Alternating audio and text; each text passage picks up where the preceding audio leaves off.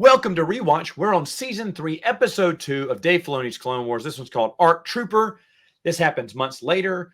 The Jedi, Obi-Wan and Anakin, intercept a message from Grievous and Ventress, and they are going to secretly attack Kamino. So they're gearing up to attack Kamino. The old troops from Domino Squad are coming back home to help defend it. And I thought, oh yeah, again, I was like, oh yeah, I remember this. I love this episode. All right, so they see they see the Clone 99, and he's like, where's Heavy? Heavy died in the war. And they tell him that by saving his brothers, of course, sacrificing himself. And so 99 looks at his medal and remembers Heavy. And I was like, oh, I don't remember that. And I thought this was based off of the clones, kind of a continuation of their story, months later. But it's not. It's really an Anakin Obi-Wan story where Anakin has to go stop Ventress.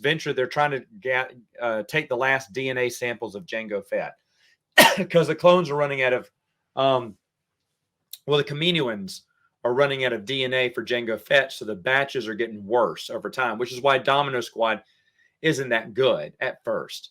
But Anakin fights Ventress. Of course, he gets the upper hand on Ventress. There's some good battles. The Battle of Kamino is pretty good. The Separatists have been hiding underwater and built out an army that come out of the sea. That's really good. Again, really good action. There's some new droids in this one for the Separatists. And I don't really like that because these are not droids that we saw in episode 3. I think sometimes Filoni forgot that the Clone Wars takes place before episode 3. Because, of course, once again, Obi-Wan and Grievous, I've lost count of how many times they've met now, but they meet again. And it's another fight, but instead of running away, it ends with Obi-Wan falling over the edge, Grievous thinking he killed him, and then moving on. But Grievous does his double spin blade, the same move we saw in episode 3. Now, I know what Filoni's thinking is like, let's do that. Same thing we saw in episode 3. Ooh. Yeah, but Obi-Wan, it looked like from the movie, he had not seen that yet. Like when the blades are twirling and going after him, Obi-Wan's a little worried, like concerned, like, oh, this is something new. No, it's not, Obi-Wan. You've seen it before. I don't know. And it wasn't Grievous that knocked him over the edge. It was an explosion during the battle that knocked the platform over and caused Obi-Wan to fall. So it wasn't that move was deadly and Obi-Wan's like, oh, I remember this from last time. He beat me with it last time. I think maybe that's it, but no. He just, I don't know, it's by accident that he tips over, or not Grievous's fault.